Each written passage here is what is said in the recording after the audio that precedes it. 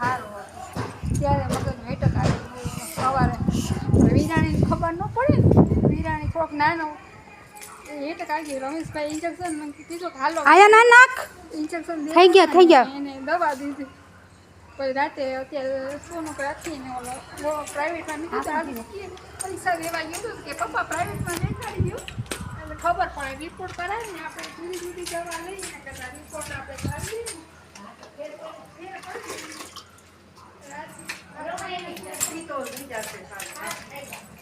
હમણાં ઘર બધા શું